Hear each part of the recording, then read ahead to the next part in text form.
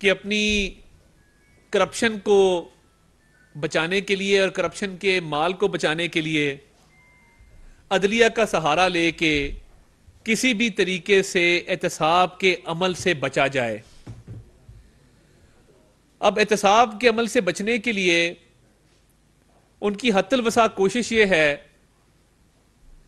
कि ये मामलात ताखीर का शिकार हों और अदालतों के अंदर ज़ेर समात मुकदमात को इल्तवा में रखा जाए, जिसके लिए वो मुख्तलिफ साजिशें करने में मसरूफ़ अमल हैं। अब तोशा खाना का जो फर्द जुर्म का मामला था, वो मामला बिल्कुल रोज़े रोशन की तरह आया है कि इमरान अहमद न्याजी साहब ने दोस्त ममालिक की तरफ से दिए गए अरबों रुपए के तहफ़, लाखों के नहीं, करोड़ों के नहीं, अरबों रुपए के तहफ़ ब्लैक मार्केट में बेच के उससे हासिल होने वाली रकम को अपने इस्तेमाल में लाए और यह पैसा मनी लॉन्ड्रिंग के जरिए हासिल किया। अब यह मनी लॉन्ड्रिंग भी बड़ी टेक्निकल किस्म की होती है कि फरा गोगी साहिबा, जिनके दिफा में इमरान खान साहब ने टीवी पे आके कहा कि उनके पास कोई सरकारी ओहदा नहीं था, इसलिए उनको एहतसाब के अमल में शामिल नहीं किया जा सकता, तो जैसे ही अपने इक़्तिदार के दिनों को खत्म होते देखा, उनको दुबई फरार करवा दिया। और वो मनी लॉन्ड्रिंग जो करती थी, वो जब भी बैरून मुल्क जाती थी तो वो पाकिस्तान की सरकार को दोस्त ममालिक की तरफ से दिए गए महंगे जेवरात, हीरे जवाहरात वो पहन कर जाती थी, क्योंकि कोई तरीका नहीं है इस चीज को रोकने का कि अगर आपने 1 अरब का भी हार पहना हो या 70-80 करोड़ की घड़ी पहनी हो या आपने 50 करोड़ की अंगूठी पहनी हो, कोई ऐसा कानून नहीं है जिसके तहत कस्टम वाले या FIA वाले एयरपोर्ट पे रोक के उसकी कीमत का तयन करवा सकें या ये पूछ सकें कि ये आपने कैसे इतने कीमती जेवरात, हीरे जवाहरात हासिल किए। अब जो ऑडियो आई थी बुशरा बीबी की, जिसमें वो फरमा रही हैं, मुलाजमों को डांट डपट कर रही हैं कि ये आपने तस्वीरें क्यों खींची, वो लगाव था उन तहाइफ के साथ और उनकी कीमती होने की वजह से, क्योंकि ये तमाम चीजें, इसमें सबसे बड़ा जुर्म यह है कि इसको ब्लैक मार्केट में बेचना, अंडर वैल्यू करवाना। पहले 1 अरब की घड़ी है तो उसकी वैल्यू 20 करोड़ लगवा के, अंडर वैल्यू करवा के, उसका कुछ हिस्सा 20% सरकारी खजाने में जमा करवा के, तो उसको 80 करोड़ का ब्लैक मार्केट में बेच के वो पैसे खा जाना। अब इसमें कई इलीगैलिटीज हैं कि पहले तो जाली रसीदें बनवाई गई, जब उनको अंडर वैल्यू किया गया, वो जो अंडर वैल्यूएशन है वो कस्टम्स ने और एक प्राइवेट कंपनी ने बड़ा क्लियर उसमें उसको अंडर वैल्यू किया कि 80 करोड़ की चीज जो है वो 10 करोड़ की दिखाई। फिर उसके बाद जब उसको ब्लैक मार्केट में बेचना था तो उससे पहले किसी और से उसकी जाली रसीद कम कीमत की बनवाई गई। अब ये तहकीकात चल रही हैं, दुबई में भी चल रही हैं, पाकिस्तान में भी चल रही हैं, मगर अफसोस की बात यह है कि ना फर्द जुर्म आयद होने दी जाती है और ना ही तहकीकात में पेशरफ्त जो है वो होने दी जाती है, क्योंकि जो ऑडियोज वीडियोज आ रही हैं उससे ये बात बिल्कुल वाज़ेह हो चुकी कि इमरान न्याजी साहब के अदलिया में सहूलतकार मौजूद हैं, जो ना सिर्फ उनको एहतसाब के अमल से बचाना चाहते हैं बल्कि उनको कुर्सी इक़्तिदार तक ले जाना भी चाहते हैं, और वो ये समझते हैं कि उनका अपना मफाद और फायदा इसमें है कि इमरान न्याजी को एहतसाब के अमल से बचा के इक़्तिदार के ऐवानों तक पहुंचाया जाए। अब ये करप्शन के केसेस, टिरियन जेड वाइट का केस, जिसमें तमाम तर सबूत आ चुके हैं, जिसमें शहादतें आ चुकी हैं, उनको आगे इसलिए नहीं बढ़ने दिया जा रहा क्योंकि ये सहूलतकार खुद करप्ट हैं, जिनके खिलाफ रेफरेंस अगर दायर हो आर्टिकल 209 आइन की शिक के तहत तो वो समाअत के लिए मुकर्रर नहीं किया जाता। यानी इमरान न्याजी को वो शख्स बचा रहा है जिसकी अपनी मनी ट्रेल मुयस्सर नहीं है, जिसके अपने बच्चे फ्रंटमैन हैं दो, जिसकी अरबों की जायदाद है और जिसके पास वाइट मनी का सबूत कोई नहीं है। तो ये एक नेक्सस है जिसके तहत इमरान न्याजी को बचाया जा रहा है, और ये चंद अफराद हैं जो ये काम कर रहे हैं। ये भी सुनने में आ रहा है कि जिस दिन फर्द जुर्म आयद होनी थी उस दिन अली अफजल शाही साहब कोर्ट में मौजूद थे। चीफ जस्टिस के दामाद के तौर पे एक मतहत जज की कोर्ट में मौजूद होना उस पर प्रेशर डालने के मुतरादिफ है। और यह भी बात सुनने में आई है कि अली अफजल शाही साहब का जज साहब से टेलीफोन पर राब्ता हुआ और उन्होंने अपने ससुर का पैगाम उन जज साहब तक पहुंचाया। ये साजिशें हैं जो इमरान खान और उसके सहूलतकार कर रहे हैं ताकि करप्शन का हिसाब ना देना पड़े, ताकि एहतसाब के अमल से बचा जाए। और ये सब कुछ एविडेंस के बगैर मैं बात नहीं कर रहा, ये तमाम तर वो चीजें हैं जो ऑन रिकॉर्ड मौजूद हैं। अब पीटीआई की तरफ से जलगार की जाती है क्योंकि वो मरियम नवाज फोबिया का शिकार है। पीटीआई उन पे खौफ है मरियम नवाज शरीफ साहिबा का, तो मरियम फोबिया में मुब्तला है पीटीआई। और आपका उनसे मुकाबला क्या है? वो खातून जो पब्लिक ऑफिस होल्डर नहीं थी, वो खातून जिन पे इल्जाम कोई नहीं था, आपने नाहक उनको जेल भेजा, 1 साल उन्होंने कैद काटी, दूसरी तरफ वालिद के सामने गिरफ्तार किया। तो उन्होंने तो कोई साजिश नहीं की थी एहतसाब के अमल से बचने के लिए। वालदा को बिस्तरे मर्ग पे छोड़ के आई और हालात का मुकाबला किया, सजाए मौत की चक्की में बंद रही, कैद भी काटी है और नाकर्दा गुनाहों की सजा भुगती है, मगर दलेरी के साथ, हिम्मत हौसले के साथ ये काम किए। जब आज आपको बड़ा याद आता है कि जी वो घर पे अकेली थी खातून खाना, तो जब इनके होटल का कमरा तोड़ा गया था, क्या आप उसमें मुलव्विस नहीं थे? क्या वो खातून नहीं थी? आप जिस हद तक जाते रहे हैं अपने सियासी मुखालफीन के खिलाफ, और जिस हद तक आपने इंतकामी सियासत की एहतसाब के नाम पे, और निकला कुछ भी नहीं, आपके अपने हाथ करप्शन में रंगे हुए हैं। आपकी अहलिया, आपके गैंग में बाकी जो लोग थे, फरा गोगी, एहसन जमील गुज्जर, ये तमाम वो लोग हैं जिन्होंने कौम का पैसा बेदर्दी से लूटा है। एक एमपी के घर से करोड़ों रुपए के सूटकेस निकल रहे हैं। ये सारी वो बातें हैं जिनसे बचने के लिए इमरान अहमद न्याजी, कल मुझे दुख और अफसोस हुआ कि इस मुल्क में सियासतदानों ने बड़ा बड़ा कुछ भुगता है, मगर कल एक काली शीट मुंह के इर्द गिर्द बांध के मैंने पहली दफा यह मंजर देखा है कि दहशतगर्दों को तो चलो अदालत में पेश करते हैं तो वो सिक्योरिटी एजेंसीज उनको काला कपड़ा पहनाती हैं, उसकी कानूनी वजूहात भी हैं, मगर पहली दफा एक बुजदिल डरपोक लीडर काली शीट मुंह पे लपेट के अदालत के अंदर गया। मैंने ऐसा बुजदिल आदमी जिंदगी में नहीं देखा कि जिस पर गिरफ्तारी का खौफ इतना तारी है, जो कैद से इतना डरता है। यह बात तो पहले सोचनी थी जब करप्शन कर रहे थे अपनी अहलिया के साथ मिलके, यह अब ख्याल आया है। और बुजदिली की निशानी यह भी है कि बड़के बहुत मारता है। मैं मुजम्मत करना चाहता हूं जो सिविल और मिलिट्री ऑफिसर्स की फैमिलीज को थ्रेट किया जा रहा है सोशल मीडिया के जरिए और बयानात के जरिए, जो घरों में घुसने की बात की जा रही है। आपको शर्म आनी चाहिए इमरान अहमद न्याजी। एक तरफ वाना के अंदर, वजीरिस्तान के अंदर आईएसआई के एक ब्रिगेडियर शहीद हुए, फौज के जवान शहीद हुए, मुल्क के लिए कुर्बानियां दे रहे हैं, मुल्क की सरहदों की हिफाजत कर रहे हैं, और दूसरी तरफ आप मिलिट्री ऑफिसर्स को थ्रेटन करते हैं, आप सिविल ऑफिसर्स को थ्रेटन करते हैं, उनकी फैमिलीज के हवाले से बात करते हैं, उनके एड्रेसेस आप सोशल मीडिया पे डिस्प्ले करते हैं कि हमें नहीं पता कि ये एड्रेसेस आपने लगवाए हैं, कि ये इनके पते हैं, सिर्फ थ्रेट करने के लिए। आप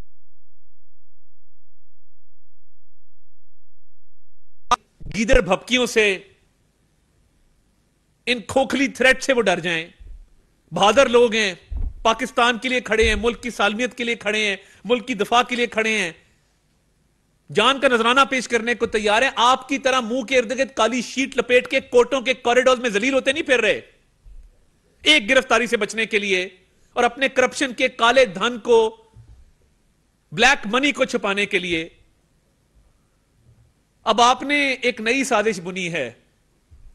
ये तो चलें, बहादुर लोग हैं, मुकाबला करेंगे आपका, मगर ये जो आप बैरूनी साजिश करवाने जा रहे हैं, ये भी एक नया इस मुल्क में काम होने जा रहा है कि पहले अमरीकी साजिश कहा कि इनकी रिजीम चेंज और इनको हुकूमत से निकालने में अमरीकी साजिश हुई, मगर अब क्या कर रहे हैं? अब गैर मुल्की, अब ये ज़ल्मे खलीलजाद साहब हैं, एलची हुआ करते थे अफगानिस्तान और पाकिस्तान के, इनकी बेगम साहिबा यहूदी हैं। अब ये जो यहूदी लॉबी है, ये इमरान खान को प्रोटेक्ट करने सामने आ गई है और इमरान खान को तमाम तर तहफ़्फ़ुज़ फराहम करने सामने आ गई है और बाकायदा बयानात दिए जा रहे हैं इमरान खान के दफा में, बाकायदा खत जारी किए जा रहे हैं, क्योंकि ये अब करप्शन में पकड़ा जाने वाला है। तो ये अब गैर मुल्की एजेंडे पे चलना शुरू हो गया है कि वहां के जो मनफी अनासर हैं, हमारे बड़े अच्छे ताल्लुकात हैं तमाम ममालिक के साथ, पाकिस्तान तमाम ममालिक की रिस्पेक्ट भी करता है, मगर कुछ अनासर, कुछ रिटायर्ड ऑफिसर्स ऐसे मौजूद हैं जो स्टेटमेंट्स दे रहे हैं इमरान खान साहब के हक में। तो जब कौम को कहा था हम कोई गुलाम हैं, तो तब बताना था कि मेरे भी रवाबित हैं, मैं भी अपने केसेस से बचने के लिए बाहर राब्ते कर रहा हूं। तब तो कौम को स्टिकर लगवा दिए और अपने करतूत ये हैं कि आज फवाद चौधरी साहब कह रहे हैं कि जी बैरून मुल्क बड़ी तशवीश पाई जाती है इंसानी हकूक के हवाले से। भई हम इंसान नहीं थे, हकूक सिर्फ आपके हैं। जब मरियम नवाज शरीफ साहब को बंद किया गया, शहबाज शरीफ साहब को बंद किया गया, मियां नवाज शरीफ साहब पे झूठे केसेस बना के उनको निकाला गया और फिर कैद किया गया, हमजा शहबाज शरीफ साहब को कैद किया गया, आधी जमात हमारी अंदर कर दी गई और इमरान खान साहब और शहजाद अकबर साहब लाइव देखते थे कि किसी का पंखा बंद करवा दो, किसी की बिजली काट दो, किसी को हीटर ना दो, किसी को तकिया ना दो, किसी को मैट्रेस ना दो, किसी का घर का खाना बंद कर दो, राना सनाउल्लाह की दवाइयां बंद कर दो। हम इंसान नहीं थे, हमारे इंसानी हकूक पामाल नहीं हुए। हमने तो बैरून मुल्क किसी को नहीं कहा कि हमारी आके मदद करो, हमें बचाओ। तो आज अभी तो आप गिरफ्तार भी नहीं हुए हैं, अभी तो करप्शन के सवालात पूछे जा रहे हैं कि आपने क्या करप्शन की है, फर्द जुर्म आयद होनी है, बेटी का सवाल है, और आपकी चीखें ऐसे निकल रही हैं कि आप मुंह के इर्द गिर्द काली शीट लपेट के बैरून मुल्क दुहाइयां दे रहे हैं कि मुझे बचाओ, मुझे बचाओ। बुज़दिली की, मुनाफिकत की, बेशर्मी की ये हद है जो इमरान नियाजी साहब करने पे तुले हुए हैं। आप बैरून मुल्क से लोगों को दावत दें आपकी मदद के लिए, आप मुल्क के अंदर अदलिया के जो करप्ट जजेस हैं, जिनके खिलाफ रेफरेंस दायर हैं, उनसे सहूलतकारी लें, या आप दहशतगर्दों की खिदमात हासिल करके रियासत पाकिस्तान पे हमले करवाएं। एक बात कान खोल के सुन लें, आप एहतसाब के अमल से नहीं बच सकते। आपको हिसाब तोशा खाना का भी देना होगा, बेटी का भी देना होगा, फॉरेन फंडिंग का भी देना होगा, करप्शन का भी देना होगा। और ये जो कौम को गुमराह कर रहे हैं सोशल मीडिया पे झूठी कैंपेन चला के, बैरून मुल्क पाकिस्तान की अफवाज के खिलाफ मुजाहरे करवा के, ये शर्म से डूब मरने का मकाम है। चुल्लू भर पानी में डूब मरिए इन हरकत के ऊपर कि करप्शन आपने की है, नाजायज बेटी आपकी है, करप्शन के केसेस आपके ऊपर हैं, फर्द जुर्म आप आयद नहीं होने देते, केसेस का जवाब आप नहीं देते, अदालतों में दायरा इख्तियार को चैलेंज करते हैं, स्टे ऑर्डर लेते हैं, बेले लेते हैं और मुजाहरे करवा रहे हैं अफवाज के खिलाफ। बाहर चंद गैर मुल्की एजेंसियां इस साजिश में मुलव्वस हैं, जहां पे 2-4 लोग बाहर बैठ के सोशल मीडिया पे बयानात देते हैं और सोशल मीडिया पे पाकिस्तान की सालमियत के हवाले से वो अपना मनफी प्रोपेगेंडा करते हैं। वो बिल्कुल उनको हिमायत रॉ की हासिल है। ये 2-4 लोग हैं जो बैरून मुल्क बैठ के साजिशों में मसरूफ अमल हैं। तो ये इससे कोई फर्क नहीं पड़ेगा। आप मुजाहरे भी कर लें बैरून मुल्क, आप गैर मुल्की फंडिंग से वहां पे पाकिस्तान के खिलाफ साजिशें भी कर लें, अपनी करप्शन भी छुपा लें, अदालतों से भी राह फरार इख्तियार करें। अदालतों में बैठे सहूलतकार, जिनमें एक साहब जिनके खिलाफ रेफरेंस आ गया और एक साहब जिनका दामाद है, ये इस जुर्म में बराबर के शरीक हैं जो इमरान न्याजी कर रहा है। तो क्या आपको पाकिस्तान का ख्याल नहीं है कि पाकिस्तान की अफवाज को बैरून मुल्क और सोशल मीडिया पे इमरान न्याजी साहब जिस तरह टारगेट कर रहे हैं गैर मुल्की अनासिर की मदद से, तो क्या आपको जरा बराबर भी ख्याल नहीं है इस चीज का? क्या आपको नहीं पता कि फर्ज जुर्म आयद होती है और होनी चाहिए? क्या आपको नहीं पता कि बेटी का जवाब देना है और देना होगा? मगर क्योंकि अपने हाथ करप्शन में रंगे हुए हैं, इसलिए इमरान न्याजी से जवाब तलब करने से कासिर हैं। और हमने तो भुगत लिया, हमने जेलें भी काट ली, जिला वतनियां भी भुगत ली, अटक किले भी काट लिए, केसेस का भी जवाब दिया। मगर इस लाडले की जब बारी आती है तो ये अदलिया से सहूलतकारी लेता है और वहां पे बैठे चंद अनासिर की हिमायत हासिल है इसको, और फिर हमले फौज पे करता है। और बैरून मुल्क बैठ के भी लोग करते हैं इसके जो हिमायती हैं। तो इमरान न्याजी साहब, आपके दिन गिने जा चुके। एहतसाब का अमल तो होगा, जवाब भी आपको देना होगा और सजा भी आपको भुगतनी होगी, क्योंकि आप अब मुल्क की सालमियत पर हमले कर रहे हैं और आप अब पाकिस्तान को कमजोर करने के हवाले से साजिशें कर रहे हैं और इन साजिशों का जवाब हमें देना आता है।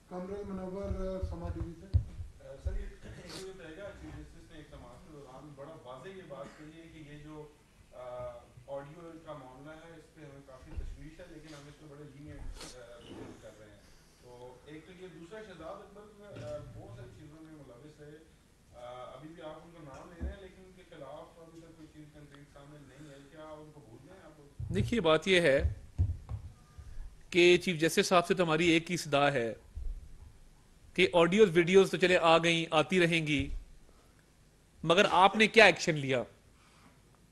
अगर वाकई आपके साथ बैठे जज साहब ने कोई करप्शन नहीं की, तमाम चीजें उनकी डिक्लेयर्ड हैं, मनी ट्रेल उनके पास है, तो उनके खिलाफ जो 3 रेफरेंस आए हुए हैं उनको समाअत के लिए मुकर्रर करके तो उनको क्लीन चिट दे दें कि जी ये करप्शन में मुलविस नहीं है, ये बिल्कुल नेक पाकबाज साफ आदमी हैं, इनके खिलाफ किसी किस्म का कोई इल्जाम नहीं है।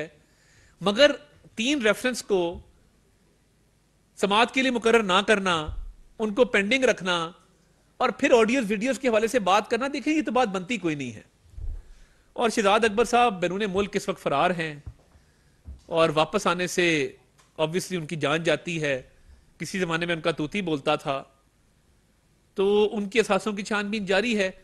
तो उनको मैं दावत दूंगा कि पाकिस्तान आए और आके अपने मुकदमात का सामना करें।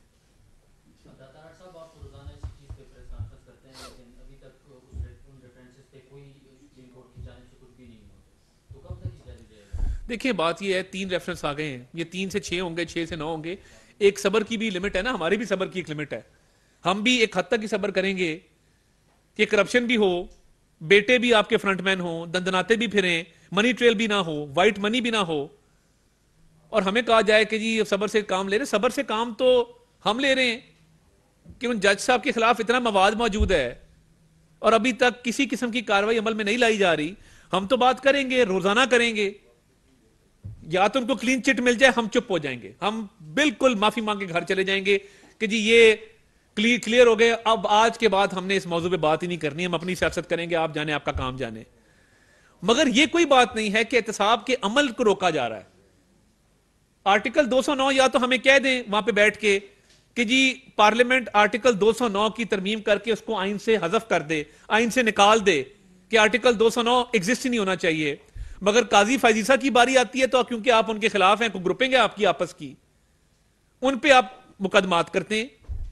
उनकी बेगम को आपने कटहरे में खड़ा किया, एक जज साहब को आप साथ बिठाते हैं और उनके खिलाफ कार्रवाई करने से गुरेज हैं, तो ठीक है, आप खत्म कर दें आर्टिकल 209, आप लिख दें, ऑर्डर हमें दे दें कि जी आर्टिकल 209 आइन से निकाल दिया जाए, हम निकाल देते हैं। नाम? सरदार उवैस समवी से प्रेस कॉन्फ्रेंस करते हैं जजेस के हवाले से भी और यहाँ पे बाकी मिनिस्टर्स भी। सर कौन से ऐसे अनासर हैं जो हुकूमत और रियासत की गिरफ्त से बाहर हैं, जो आपको मजबूर करते हैं कि आप आकर प्रेस कॉन्फ्रेंस में दुआइयां देते हैं लेकिन आपकी सुनी नहीं जाती? देखिए बात यह है, अगर आप चाहते हैं कि हम जाके टक्कर मार दें तो ये काम तो हम आपकी ख्वाहिश की तकमील नहीं हो सकती। एक कानूनी तरीक़ेकार है, एक आईनी तरीक़ेकार है, जिसके अंदर आज़ादी इजहार राय मुझे भी हासिल है, आपको भी हासिल है। मैं अपनी राय का इजहार कैमरों के सामने करता हूँ और कानूनी तौर पर हमारे भी लॉयर्स फोरम ने एक दरखास्त जमा कराई है। जब आपने दरखास्त जमा करा दी आर्टिकल 209 के तहत, जिसके अंदर आपने सुप्रीम जुडिशल काउंसिल से उन जज साहब के खिलाफ कार्रवाई के लिए सदा की, तो प्रेस कॉन्फ्रेंस अपनी जगह पे, बट कानूनी तौर पे हमने वो चीज रख दी। अब चीफ जस्टिस साहब को हम जाके मिलके तो नहीं कह सकते, आप ही के तवसत से उनको बता सकते हैं कि जनाबे वाला कार्रवाई का आगाज करें या क्लीन चिट दे दें या इल्जाम सही हैं तो उसके खिलाफ कार्रवाई करें। तो ये तो सिलसिला चलता रहेगा जब तक वो समाअत के लिए मुकर्रर नहीं होती और मामला किसी तरफ लग नहीं जाता। थैंक यू जी, बहुत शुक्रिया।